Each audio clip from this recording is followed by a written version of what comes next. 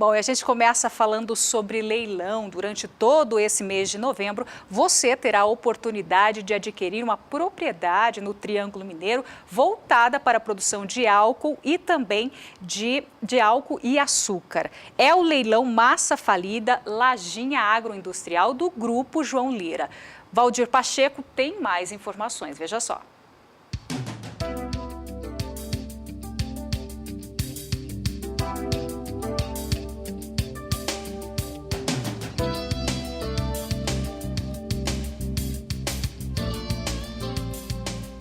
O Triângulo Mineiro é uma das regiões mais ricas do estado de Minas Gerais, onde as principais indústrias estão relacionadas ao setor de açúcar e álcool. Nos últimos anos, o Triângulo Mineiro é a região que mais tem recebido investimentos.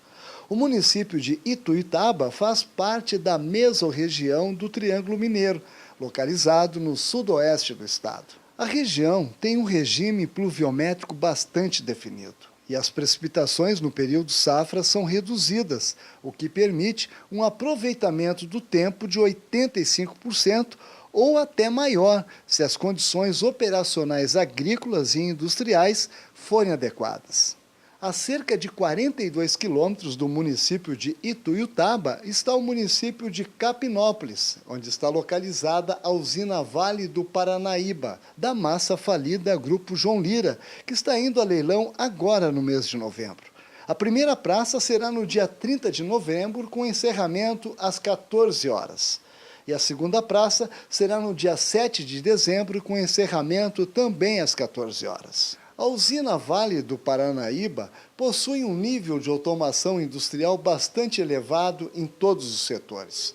Por ser uma usina bem planejada, todas as suas instalações operacionais e a maior parte das áreas de circulação são concretadas ou asfaltadas em excelentes condições, acima da média da maioria das usinas da região.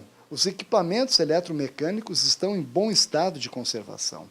As oficinas mecânicas e elétricas estão bem conservadas, sem problemas para voltarem a funcionar. A usina produzia açúcar em sacos nas últimas safras, e os equipamentos de tratamento de calda e evaporação são o suficientes para uma produção máxima de 9.000 sacas-dias de açúcar cristal branco.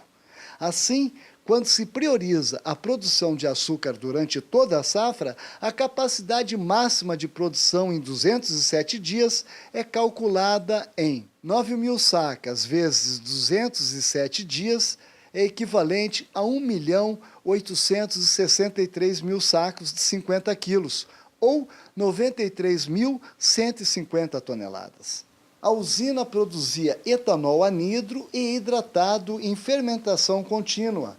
Assim, é estimado, em função dos equipamentos existentes, uma produção máxima de 600 metros cúbicos dia, sendo 60% em etanol anidro e 40% de etanol hidratado.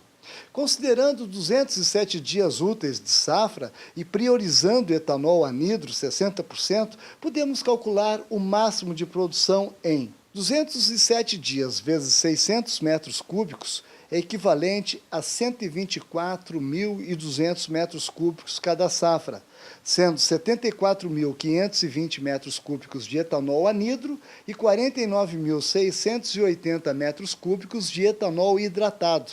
De acordo com esse quadro, no ano de 2012 e 2013, na usina foram moídos 1.152.089 toneladas de cana, que resultou em 54.814 toneladas de açúcar. Na mesma safra, produziu 58.120 metros cúbicos de etanol anidro e 5.813 metros cúbicos de etanol hidratado. A usina Vale do Paranaíba possui também 17 imóveis rurais com uma área de aproximadamente 3.210 hectares, sendo a maioria cultivado com cana. Tá aí. Com toda esta produção, aqui surge uma grande oportunidade para você investir no setor de álcool e açúcar no Triângulo Mineiro, participando desse leilão da massa falida João Lira, muito conhecido na região como Lajinha Agroindustrial. Se você tiver interesse por mais informações sobre este leilão, acesse o site que aparece no seu vídeo, superbid.net/Lajinha ou por telefone 0 operadora 11 4950 9660. E o IBGE, desde o dia 1º de outubro, realiza o Censo Agropecuário 2017. Até março do próximo ano, recenseadores irão fazer coleta de dados em várias propriedades em todo o país. E para você, produtor, Adriano Edival, tem um recado. Produtor rural sabe tudo sobre sua propriedade, sobre o seu negócio, certo? Então responda rápido. Quanta mão de obra você tem? Quantos hectares você planta? Quais culturas você produz? Sabe as respostas? Ótimo, porque o Brasil precisa dessas e de muitas outras informações que só você tem. Vem aí o Censo Agro 2017, que vai correr o país entre outubro desse ano a fevereiro do ano que vem, para criar um retrato fiel do campo. Com dados atualizados, o Brasil vai poder criar políticas e soluções para todo tipo de produtor rural. E aí, meu amigo, minha amiga, nossa agropecuária vai ficar ainda mais forte. Acesse censoagro2017.ibge.gov.br para saber mais. Faça a sua parte, receba bem o recenseador e responda corretamente. Censo Agro. Vamos colher resultados para o Brasil. IBGE, Governo Federal, Ordem e Progresso. Aí. E a semana começa com instabilidades no centro-sul do país, principalmente com chuvas fortes nas regiões sudeste e centro-oeste. Os detalhes da previsão do tempo com Juliana Rezende.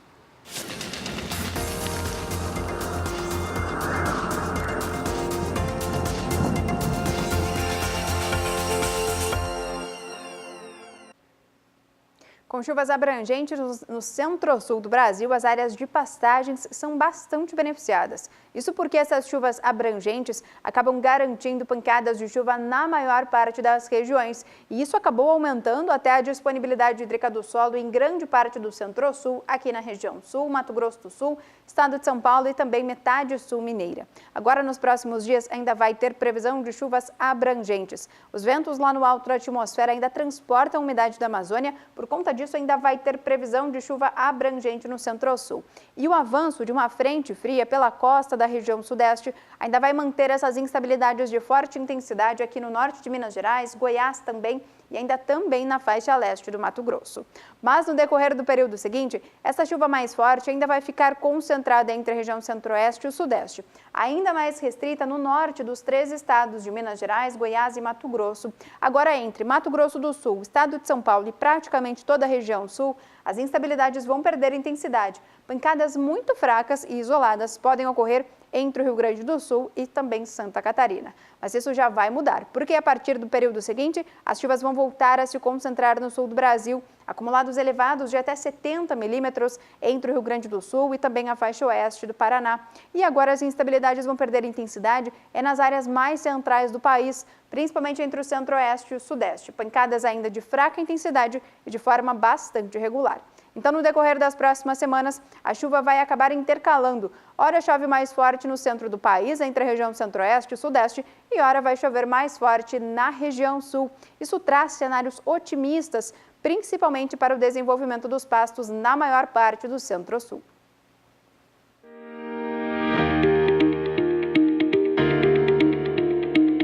Com a missão de liderar em soluções inovadoras para uma pecuária sustentável. Desde 1964, trabalhamos diariamente buscando entender os desafios da pecuária e propor soluções com foco na produtividade e lucratividade do setor. Em 1984, estimulados pela Embrapa, caminhamos ao encontro do progresso da pecuária intensiva no Brasil. Com o início dos confinamentos no país, surgiu a necessidade de mecanização do trato.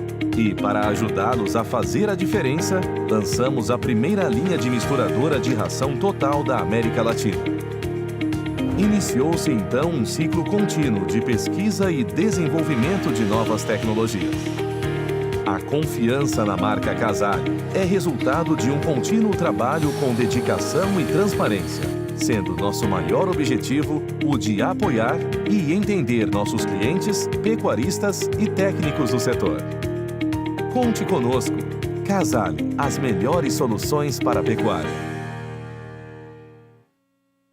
E no próximo bloco vamos falar sobre ITR, Imposto Territorial Rural. A dívida de proprietários rurais com a União teve crescimento de 49% em 5 anos. Veja os detalhes daqui a pouco. Nós já voltamos.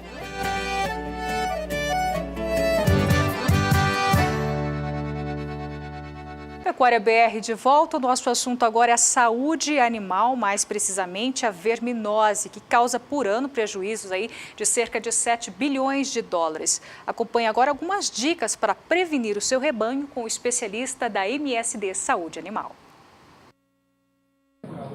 Emerson, verminose é um prejuízo para a pecuária como um todo, no Brasil e no mundo. Você tem números que dimensionam o tamanho do prejuízo que a verminose causa para o pecuarista? Bom, isso é bem interessante, que assim, a verminose é um caso antigo, né? Há muito tempo a gente convive com os vermes, praticamente todos os pecuaristas no Brasil e no mundo conhecem e sabem da verminose, mas como é um tema antigo, muitas vezes ele passa desapercebido ou fica relegado porque surgem coisas novas. E, baseado nisso, o grupo de pesquisadores brasileiros, de parasitologistas, né, se reuniram e fizeram uma atualização desse impacto do prejuízo. Porque você tem uma série de causas, né, que a verminose leva, que traz esse prejuízo, né? Desde a queda de peso, produção de leite, enfim. Os pesquisadores, o que eles fizeram? Pegaram esses dados e foram somando o que cientificamente é comprovado. Aquilo que realmente é sabido e comprovado, o quanto a verminose causa. E na hora que você vai somando tudo isso, eles chegaram a um valor de 7 bilhões de dólares por ano, que é o prejuízo que a verminose causa na pecuária. Na pecuária mundial? Não, brasileira. Só no Brasil são 7 bilhões de dólares por ano. É muito dinheiro. E é importante ressaltar que assim, isso, na verdade, é um prejuízo que a gente fala que é um dinheiro que não entrou no bolso do pecuarista. Aqui não está envolvido manejo, produto, controle. É simplesmente o que ele deixou de receber, quer seja por ganho de peso, quer seja por produção de leite. Então é um prejuízo que foi retirado da pecuária nacional. Você poderia explicar um pouco melhor o que é essa anorexia, né? A verminose prejudica, na verdade, a produção de carne mesmo no animal. Isso, mas esse ponto é importante também ressaltar, porque é o seguinte, esse é um dos pontos que é levantado, né, como uma das formas de prejuízo, que é o seguinte, tem uma imagem que é de um experimento que foi realizado, onde ele pegou um pasto, dividiu em piquetes, e foi colocado grupos de animais que foram tratados, foram vermifugados, e outros onde não foi tratado e tinha uma carga de verminose. E é muito claro na imagem, você vê a diferença do tamanho da pastagem. O que isso quer dizer? Pastagem que está mais baixa, está mais consumida, que a gente popularmente chama está mais rapada, são os animais que foram vermifugados. Então, e o que está com a pasto mais alto, ele foi consumido menos, são os animais que não tomaram o vermífugo, não controlou a verminose. Isso mostra que, além do prejuízo direto que o verme causa sugando nutriente do animal ou impedindo que esse nutriente seja absorvido pelo animal, ele também leva ao menor consumo de alimento. Então, o animal com verminose, ele já sofre, ele perde pelo verme e ele ainda deixa de comer como o outro que foi tratado. Então, por isso que o prejuízo ele vai se somando e vai se transformando nessa monta. Agora, você trouxe alguns gráficos e nós gostaríamos de mostrar agora, para você que acompanha a entrevista, veja a importância e os prejuízos. Vamos explicar esse gráfico que você trouxe. Como você lembra, 7 bilhões e 100 milhões de dólares anuais. É isso? Isso. Ou seja, é muito dinheiro. Muito dinheiro. De 2 a 10% de mortalidade, até 30% lá no Rio Grande do Sul é acentuado, hein? É. Redução de ganho de peso, redução de produção de leite, qualidade de carcaça, desempenho reprodutivo também fica prejudicado, interfere na resposta imunológica, interfere no metabolismo proteico, mineral, vitamínico, lógico, né? Animal doente, um animal que tem problemas, né? Anorexia voluntária, que é essa parasitária. Isso é grave. Isso é grave. Isso assim, na verdade, são soma de fatores, né? Quando a gente vai somando todos esses fatores, chega naquela monta, naquele valor tão alto que a gente colocou. Porque não é a verminose em si, né? É ela e aí todo o efeito que ela causa no animal, trazendo uma série de prejuízos. Você trouxe um outro gráfico também? Você trouxe gráficos para explicar? Isso. Bom, você explicava animais sem vermes. Exatamente. Esse aqui é o trabalho que eu comentava, onde que você vê claramente os pastos onde o pasto está mais baixo, né, que a gente chama mais rapado, que foram os animais que foram vermifugados, que foram retirados o verme. E nos outros que o pasto está mais alto, é onde os animais tinham a verminose, mostrando esse efeito que a gente está falando, que além de espoliar, além de tirar do animal, ele impede que o animal também consuma adequadamente. Agora, como identificar de forma eficiente o problema da verminose no plantel? Esse é um outro ponto importante. Como a verminose ela é interna, está dentro dos animais, a pessoa não vê, e aliado a isso, com a melhora das pastagens, a melhora da nutrição, dificilmente hoje você vê um animal com quadros antigos que a gente via, de quadros clássicos de verminose, com um animal muito debilitado, muito magro, às vezes com aquela papeira, né, que é um inchaço no pescoço. Esse quadro é muito difícil de ver. Então, qual é a forma eficaz que a gente tem de controlar e de identificar animais com verminose? É o controle pelo exame de fezes, é o que a gente chama de OPG, que é a contagem de ovos por grama de fezes. Então, nós coletamos as fezes dos animais, por uma técnica a gente coloca numa câmera, leva ao microscópio e a gente vai contar quantos ovos tem e dentro de uma tabela, um quadro que nós temos já identificado pelos pesquisadores, a gente determina se essa infestação é baixa, alta e aí qual o tratamento a fazer. Inclusive, esse teste também nos serve para ajudar a identificar produtos que têm um efeito melhor. Porque eu posso fazer esse teste prévio, então eu identifico os animais que estão com infestação e precisam de tratamento. Eu posso fazer 2, 3 tratamentos com produtos diferentes e depois de 7 ou 10 dias, dependendo do produto, eu faço novamente esse exame de fezes e eu vou ver o que teve o melhor resultado. Então, com isso, eu posso também identificar um produto que tem o melhor resultado no controle da verminose daquela propriedade. E aí decide qual o melhor tratamento para o plantel. Isso, qual o melhor tratamento, qual a melhor forma de controle e o momento adequado de fazer também um controle da verminose. Bom, sempre atenção para os problemas, né, que o pecuarista enfrenta no dia a dia. Bom, verminose é um problema, não é tão fácil identificar como já foi no passado, quando os animais aparentavam, né, situação grave, mas às vezes está escondido ali.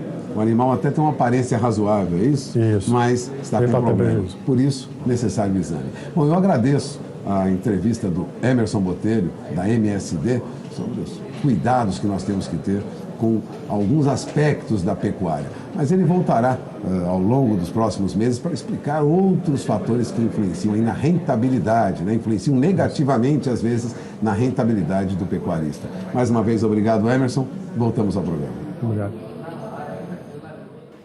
Bom, a dívida de proprietários rurais com a União relativa ao Imposto Territorial Rural teve crescimento real de 49% em 5 anos e chegou a 28 bilhões e meio de reais. O aumento já desconta a variação da Selic, taxa básica de juros e indicador usado nos contratos. Em 2012, o valor da dívida com ITR era de 19 bilhões e 100 milhões de reais e em agosto deste ano, esse valor subiu para 28 bilhões e meio de reais. E para falar sobre esse assunto aqui no Pecuária BR está o nosso analista em agronegócios, João Pedro Cuti Dias. Boa noite, João. E o consultor jurídico da GER, Pedro Puccini. Boa noite, Pedro. Com você, João. Obrigado, Renata. Realmente preocupa, né? Você vai ver que hoje a Receita está colocando 28,5 bilhões de reais como dívida referente ao ITR. Das 5 milhões e 400 mil propriedades brasileiras, rurais brasileiras, quanto acha que foram que entregou a declaração em dia do ITR? Olha, vendo notícias como a que a gente estava conversando, né, do produtor que acabou se esquecendo de declarar, de fato é uma preocupação muito grande, né, e que talvez implique nesse número, né, de dívida com relação ao ITR. Por quê? Porque o produtor, ao perder o seu prazo, ao deixar de comprovar as informações que ele está declarando, a perda do prazo, ele pode deixar de comprovar, né? Ele vai estar abrindo a possibilidade com que as prefeituras, já que o ITR hoje é municipalizado, com que as prefeituras façam a imposição dos valores de acordo com aquele sistema, né? Sistema de informação de preço de terras. E você tem um detalhe, hoje você consegue diminuir o total de imposto a ser pago, mostrando a utilização da terra, né? Acho que o coeficiente, o grau de utilização da terra é um fator que acaba diminuindo o valor do imposto. Quando não declara... Sim, bem lembrado, seu João. A gente tem que quebrar alguns mitos, né? Como esse de que declarar talvez seja o vilão do ITR. Muito pelo contrário, né? A declaração, na verdade, é um momento com que o produtor faz a avaliação dos seus bens, da sua propriedade, para redução do imposto, né? Porque para fins do cálculo do imposto, a alíquota ela é regressiva e multiplicada por um valor de terra nua tributável. Esse tributável ele leva em consideração grau de utilização, grau de eficiência e o abatimento das benfeitorias avaliadas e também das áreas de interesse ambiental, né? Lembrando que toda essa gestão deve ser feita pelo produtor e por quem ele contrata, né? Para fazer a declaração do ITR, a declaração do CAR e todas as informações. Então é o momento de quebrar esse mito aí, né? O produtor rural brasileiro hoje, ele tem tantas declarações e tanta coisa que ele faz que ele fica meio embretado, né? Então, isso aqui. Mas voltando à questão do ITR, qual a recomendação que você faria ao produtor a respeito especificamente? E um outro caso também que é muito comum é a questão do arrendamento, que pode complicar a vida do produtor no caso dele não trabalhar exatamente a questão do arrendamento, os valores, etc. A informatização é uma questão bem preocupante agora com relação à gestão de todas essas informações, porque cada vez mais os sistemas vão convergir. Todos esses cadastros eles estão sendo simplificados, né? O que antes você tinha que ter o ato declaratório ambiental, o ADA, feito no IBAMA, para bater as áreas de interesse ambiental do ITR, vai ser extinto, vai ser feito através do CAR, então você já vai unificar o CAR com essa declaração, e assim como outros demais documentos. Fato é que quando a gente fala de regularização de propriedades, o que o produtor tem que ter de documentos e órgãos públicos para regularizar é muita coisa.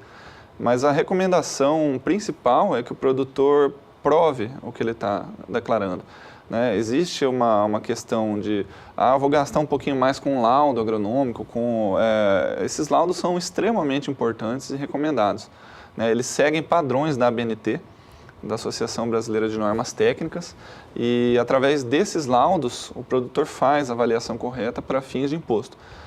Lembrando, não provando o valor do imposto é que abre essa porteira aí para que as prefeituras imponham valor. E o senhor falou de consequências. Consequências além de não pagar e ter declarado o imposto de alguma outra forma. Ter o bloqueio de crédito bancário, inscrição em dívida ativa, também realmente alguns instrumentos, como o contrato de arrendamento, levam por base, na negociação, segundo a lei, o limite declarado no ITR. Então é perigoso.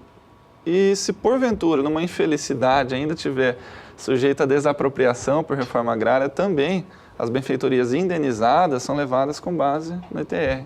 Então, atenção, né, produtor. Tem um outro detalhe, o valor da terra nua tributável, né? Sim. Que quem arbitra são as prefeituras que contratam profissionais para fazer arbitrar o valor.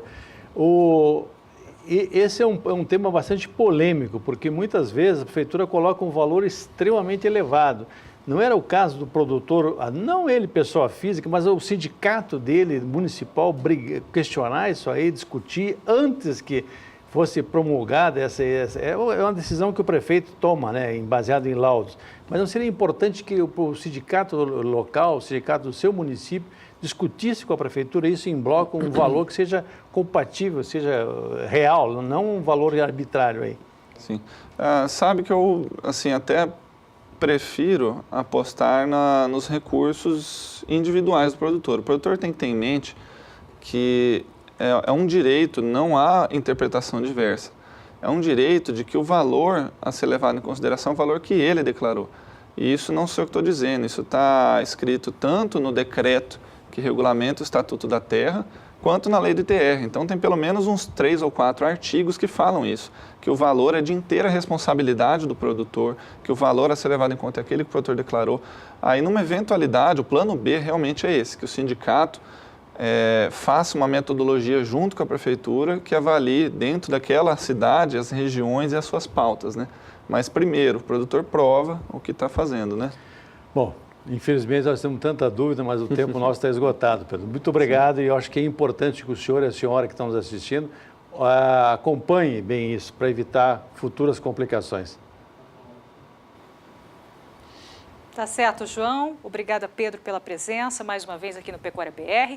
Bom, agora é hora do quadro Touros do Dia, uma parceria Canal do Boi e a empresa Cemex, que coloca à disposição do mercado sêmen de reprodutores das baterias de corte e também de leite da Central. E quem traz e apresenta os touros para a gente é Marcelo Soler.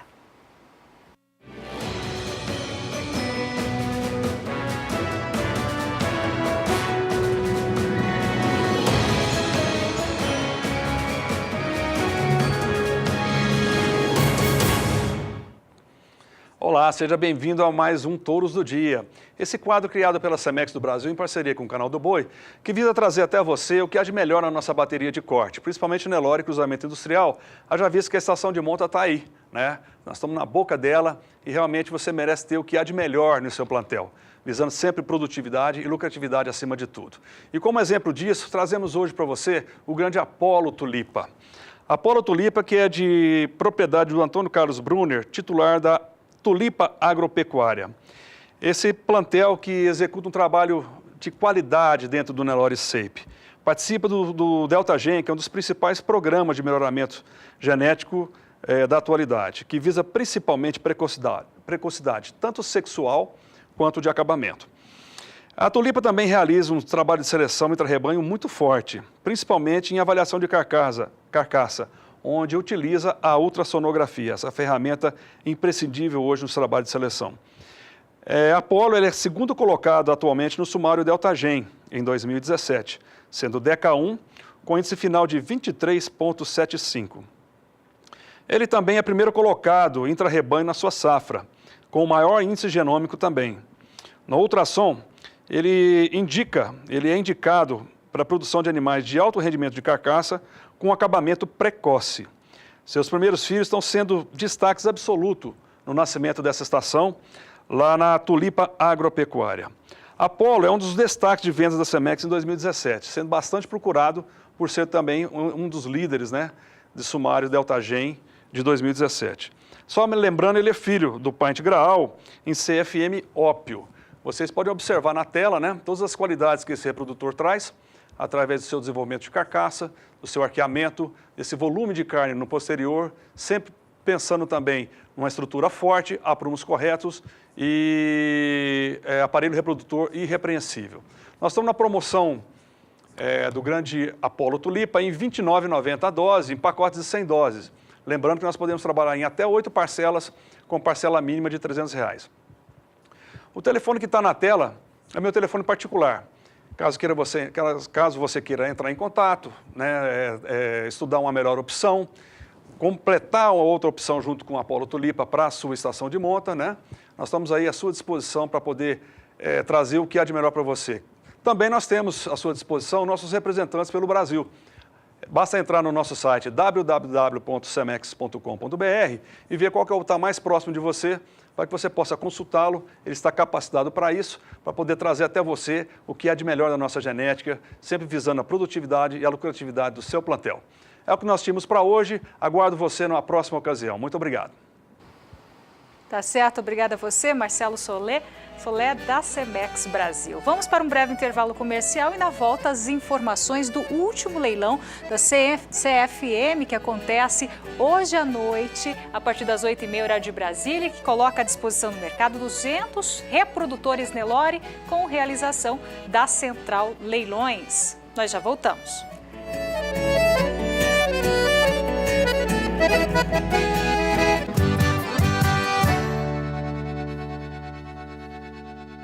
E o Canal do Boi participa a convite da empresa Cemex, uma das parceiras do SBA, de duas grandes feiras agropecuárias. A Supreme Dairy Show, na província de Quebec, e a Royal Winter Fair, que acontece em Toronto. E de Toronto, Sarah Kirchhoff, que conversou com um especialista que aborda a importância e também o incentivo ao consumo de leite. Olá para você, olá a todos que nos acompanham aí no Brasil. Neste momento eu estou no espaço de animais da feira. Na 95ª edição da Royal tem cerca de 5.000 animais e 1.000 deles são vacas leiteiras. E é muito importante falar sobre a abordagem que os canadenses fazem para incentivar o consumo do leite. Aqui nas empresas participantes do evento, dentro dos freezers, eles oferecem para os clientes, além de água, caixinhas de leite, caixinhas de achocolatados e outros derivados de leite, ao invés de refrigerante e outros produtos que a gente vê muito aí pelo Brasil. Fora isso, no espaço aqui do Gado Leiteiro, também tem alguns jogos de perguntas e respostas, onde os participantes vêm e arriscam aí algumas respostas e o vencedor sai com alguns prêmios, alguns brindes daqui. E fora da Royal, existe um trabalho muito intenso nas escolas, feito pela Associação dos Produtores de Leite da província de Ontário, que conversa com os estudantes com uma faixa etária de 4 a 14 anos, falando para eles sobre os benefícios do leite e explicando também todo o funcionamento da cadeia leiteira aqui no Canadá. E a gerente desse programa é a Audrey, que está aqui comigo, que vai nos explicar um pouquinho mais sobre esse programa levado até as escolas. Audrey, can you tell us about the program, please? Absolutely. So we have 52 Com certeza.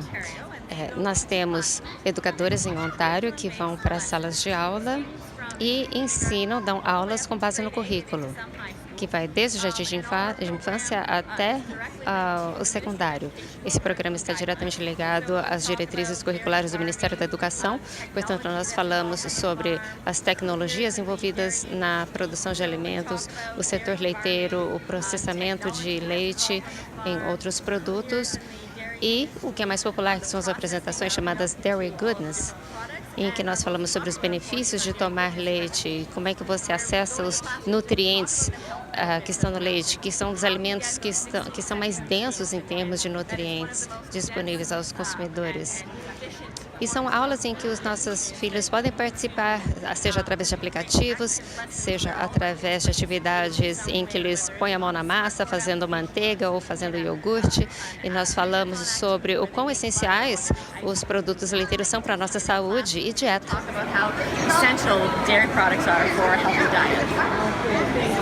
Então é uma abordagem muito interessante feita aí com os estudantes.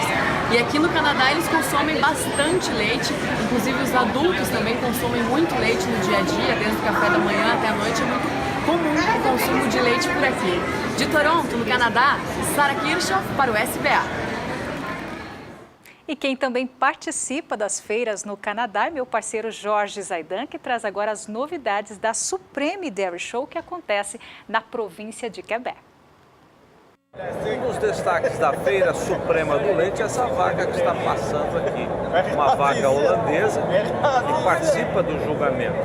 A feira recebe vacas de raças leiteiras, principalmente de cidades do Quebec, mas tem animais também dos Estados Unidos. A feira acontece no município de São Jacinto, província do Quebec. Bom, agora vamos até a Bolsa de São Paulo com o Walter Puga Júnior, que traz para a gente as atualizações dos preços, do preço do milho. Mas antes, mercado financeiro, o dólar hoje teve queda, né? Nesta segunda-feira. Boa noite para você, Puga.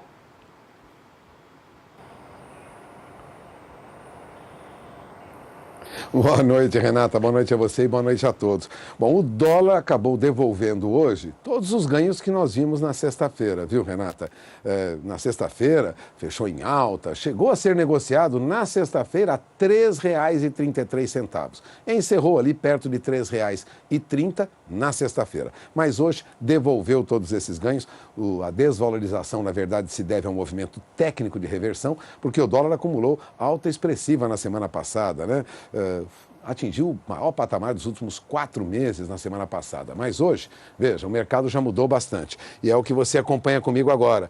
Veja, nós temos o dólar negociado, comercial, negociado no mercado à vista a R$ 13,26, R$ 3,26 no fechamento dos negócios, mostra uma baixa de 1,45%.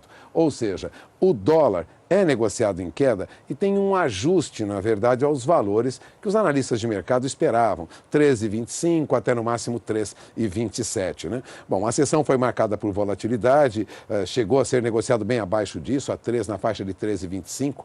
No mercado futuro, por exemplo, se negocia aqui dólar também no mercado futuro, o que nós temos é uma perspectiva de dólar aí para dezembro, já na faixa de R$ 3,26 mais 60. Então, se o dólar para dezembro já é negociado aqui a 13,26, não há como estimar que nos próximos dias o dólar se mantenha também muito longe desse patamar, salvo alguma mudança muito drástica no mercado. Agora, a variação do dólar acontece e no final do mês provavelmente teremos alguma surpresa, de novo o dólar com tendência a 2,30. É porque a Petax, né, aquela taxa com a qual o governo liquida seus contratos, normalmente no final do mês sobe um pouquinho.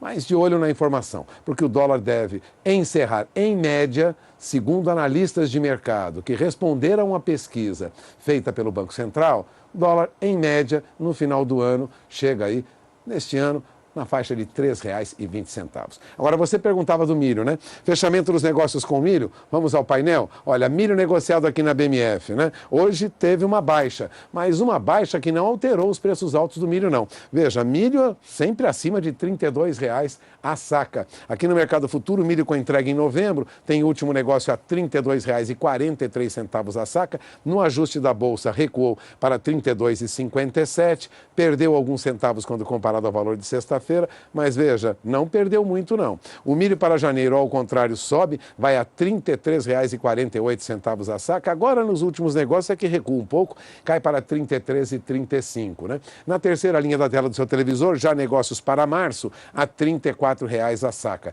Já recuou para R$ 33,95, teve uma leve baixa hoje no ajuste da Bolsa, o chamado ajuste atual. Mas repare, nos últimos negócios, já volta a R$ 34,00 a saca. E o milho para maio, a R$ 33,15, teve uma queda também, caiu para R$ 33,11, porque na sexta-feira estava R$ 33,15. Mas veja, nos últimos negócios já volta novamente à faixa de R$ 33,15. Então, o que nós temos no mercado do milho, aqui na B3, Mercado Futuro, é uma queda, mas uma queda que não altera o valor do milho drasticamente. Mantém mais ou menos o que nós vimos em semanas anteriores. Agora, eu tenho aqui, vamos ver aqui, eu tenho milho negociado para...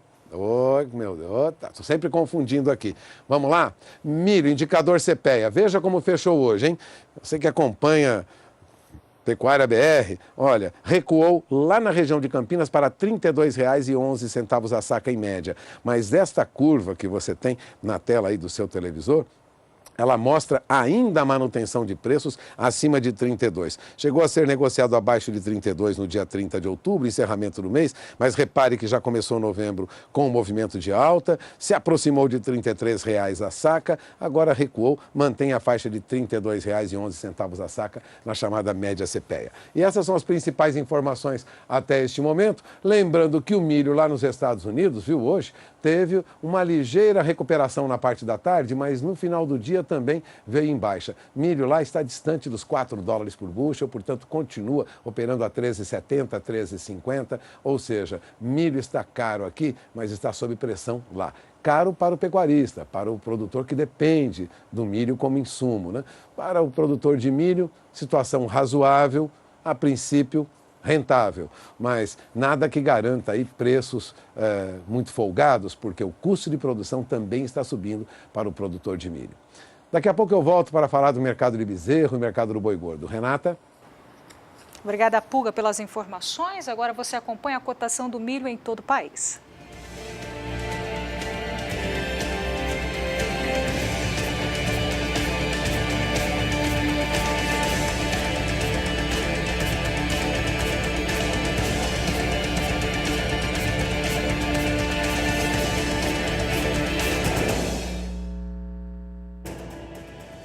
A gente sai para o próximo bloco com imagens dos animais que serão ofertados hoje à noite no último leilão de touros CFM do ano, que coloca à disposição no mercado 200 reprodutores Nelore. É daqui a pouquinho, nós já voltamos.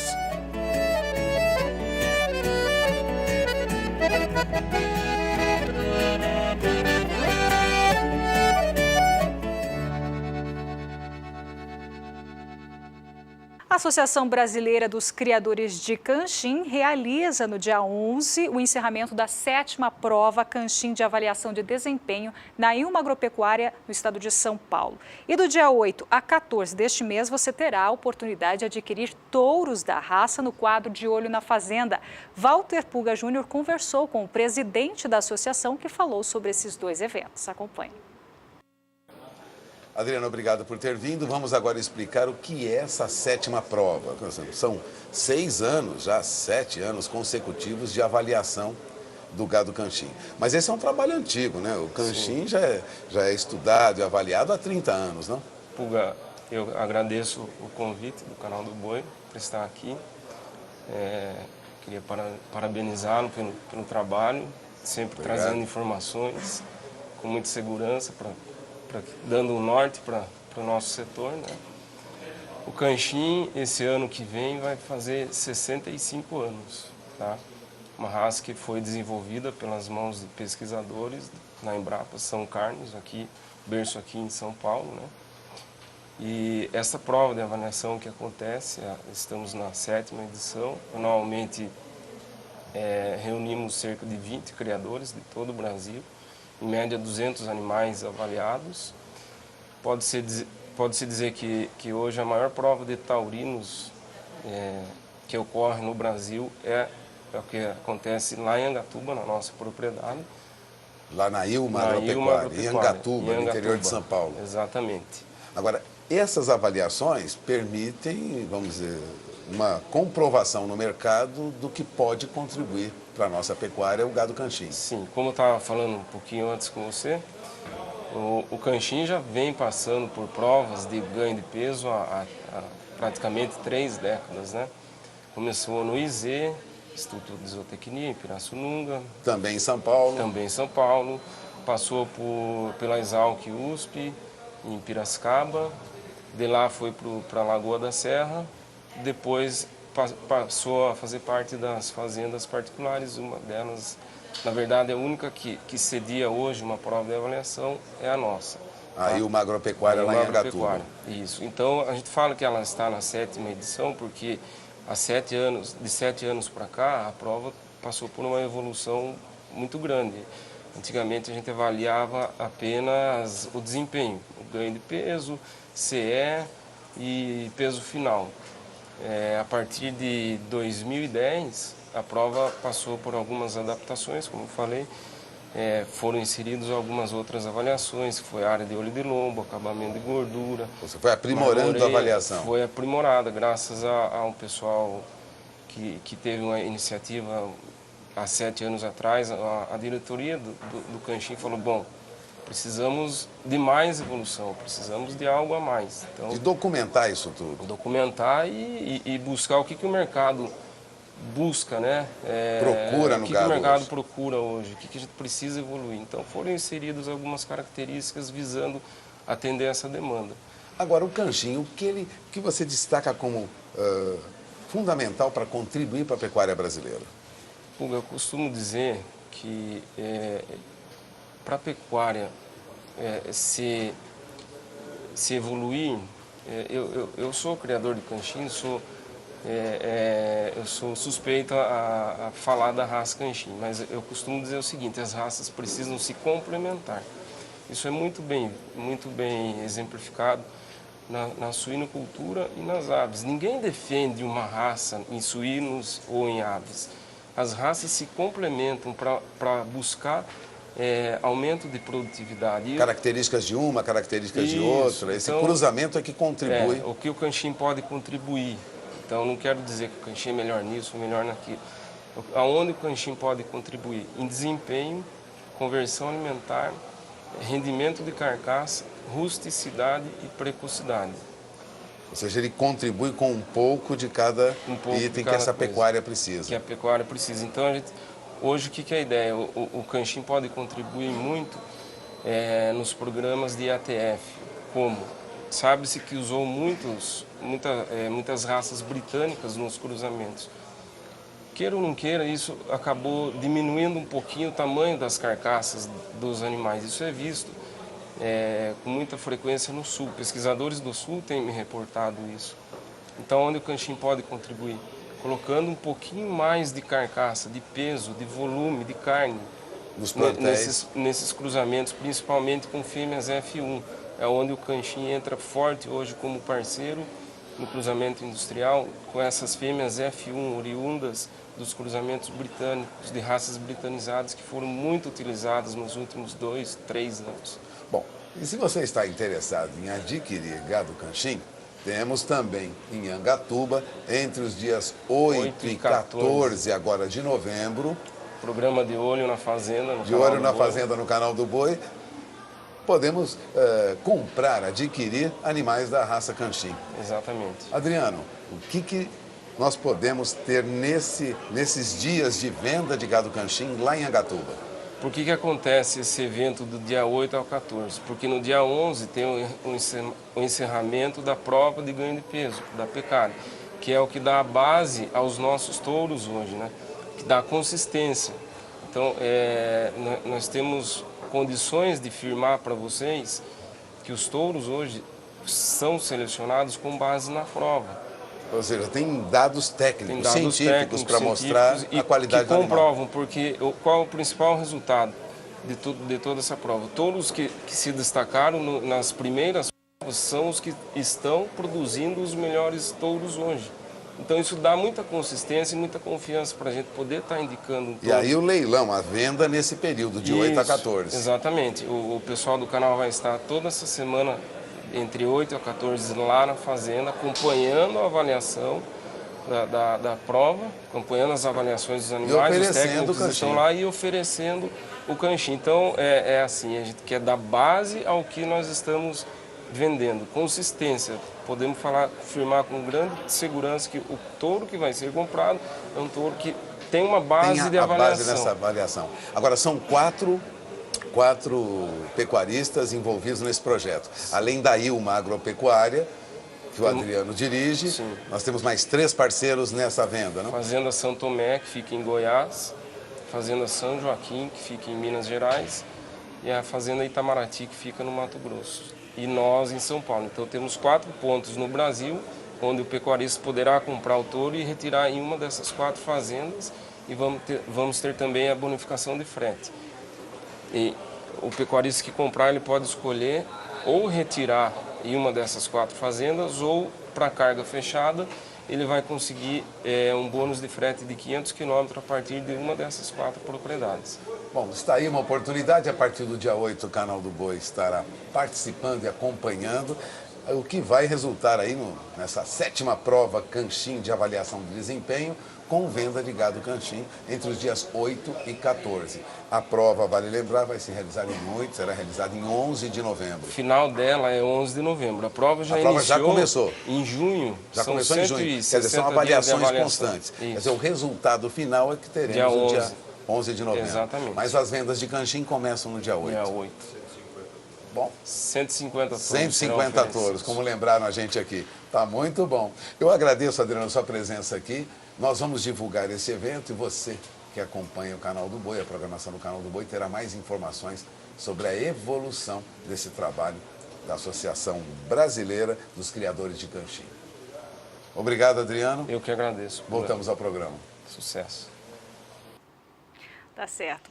E a Rússia suspendeu temporariamente as importações de carne bovina brasileira. A medida começa a valer a partir do dia 15 deste mês. Veja as informações.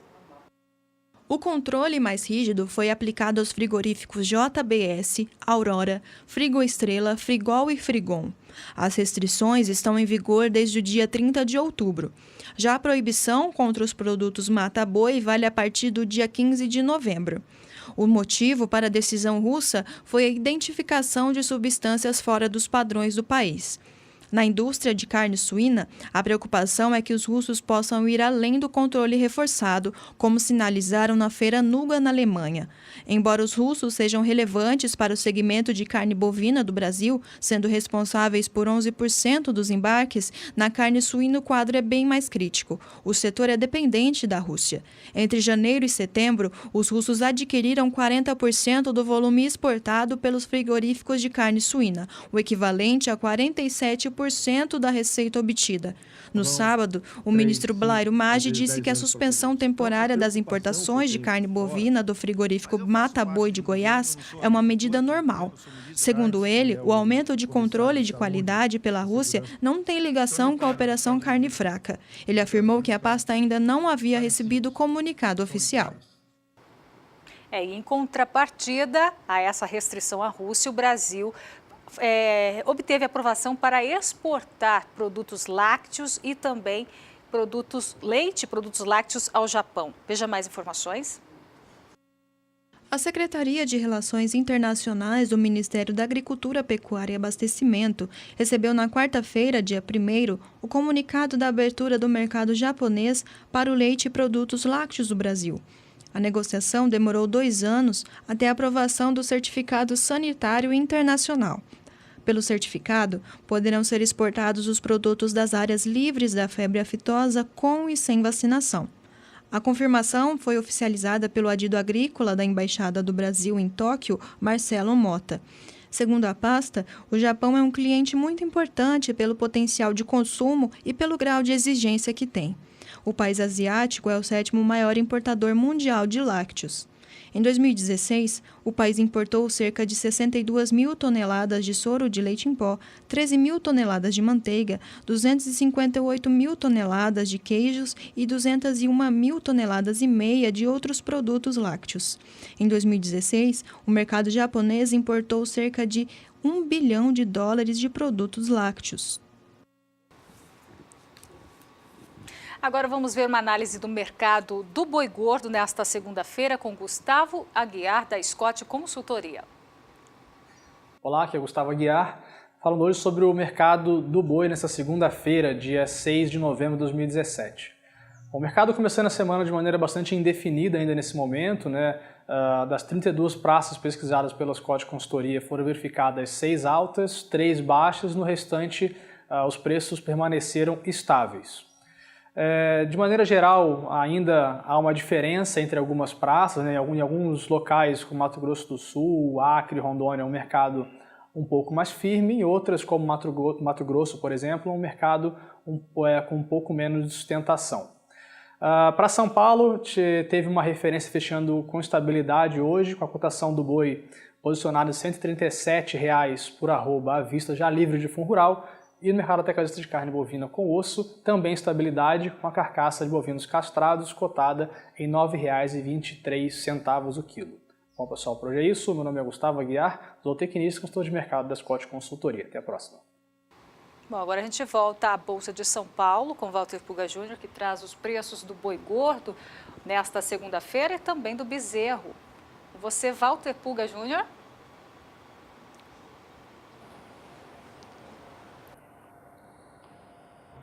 Bom, Renata, temos informações que mostram pelo menos a manutenção dos preços dos últimos dias, viu? Bom, o mercado físico do boi gordo nesta sexta-feira teve preços estáveis, analistas de safras e mercado constataram isso, mas um dia também de poucos negócios. Em São Paulo o preço ficou em torno, segundo Safras e Mercado, de R$ 142,00 arroba, Minas Gerais R$ 137 arroba, em Goiás boi gordo permaneceu em R$ 135 arroba, e Mato Grosso do Sul 133. Agora, Mato Grosso até R$ 129,00 arroba no levantamento feito por Safras e Mercado. Agora, o que constatava o CPEA no interior de São Paulo, você acompanha comigo agora. O CPEA constatava que, em média, boi gordo era negociado, ou melhor, bezerro no Mato Grosso do Sul era negociado a R$ 1.193,90 por cabeça. Mesmo valor da última sexta-feira, dia 3. Agora, vamos ao boi gordo, né?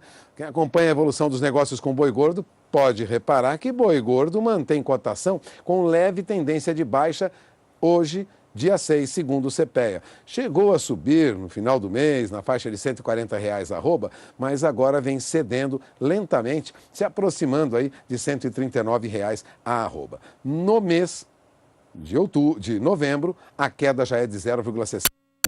Agora, vale lembrar que no mês de outubro, boi gordo já veio com uma baixa de 1,69%, tendo como referência o indicador do CPEA. Agora, o que acontece aqui no mercado futuro da B3? Você acompanha comigo a evolução dos negócios aqui no mercado futuro. Praticamente estável, com uma leve tendência de queda no vencimento mais curto, que tende ainda a ser o contrato mais negociado agora. O contrato de novembro caiu para R$ 142,20 a arroba, recuou 0,14%, mas repare que agora já sobe de novo. Nos últimos negócios volta a R$ 142,25 a arroba. Contrato de dezembro trazia boi gordo na sexta-feira, R$ 145,75, terminou estável, últimos negócios também neste valor. E o contrato de fevereiro estava a R$ 143,20, permaneceu no ajuste da Bolsa, que é o chamado aqui na tela de ajuste atual, ou seja, o valor do contrato no encerramento dos negócios no dia, R$ 143,20. Mas repare que já subiu nos últimos negócios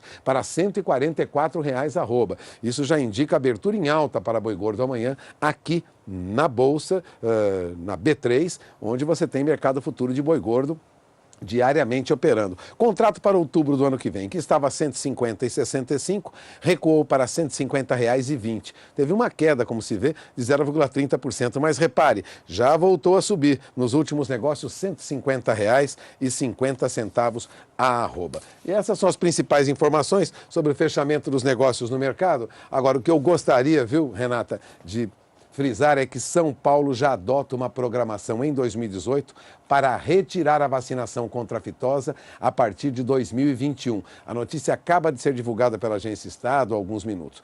O Estado de São Paulo vai adotar em 2018 uma nova programação para vacinar o rebanho contra a febre aftosa. O objetivo, disse o secretário de Agricultura, Arnaldo Jardim, é uniformizar o sistema com o calendário adotado pelos outros estados do Brasil.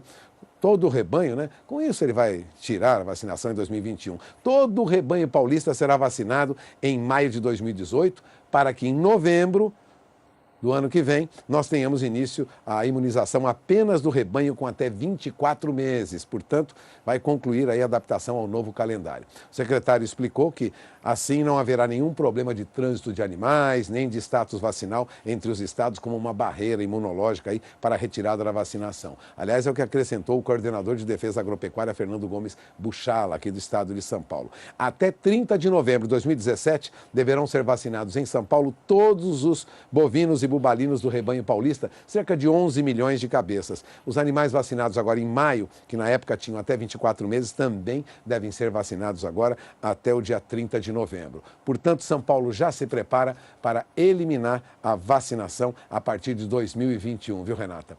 Eu encerro por aqui, desejo a todos uma boa noite. Amanhã estaremos de volta ao vivo com mais informações da Brasil Bolsa Balcão, a B3, a antiga BMF Bovespa, que você já acompanha há muitos anos pelo canal do Boi. Renata? Tá certo, o Pulga atualizando aí as informações aqui no Pecuária BR. Bom, agora vamos de cotação do boi gordo à vista, com apuração feita pela Scott Consultoria, que apura para uma boiada comum. A gente começa pela região sul do país. Na sua tela, as cotações do boi gordo na região, segundo a Scott, não houve alteração de preços. Tá aí agora a região norte.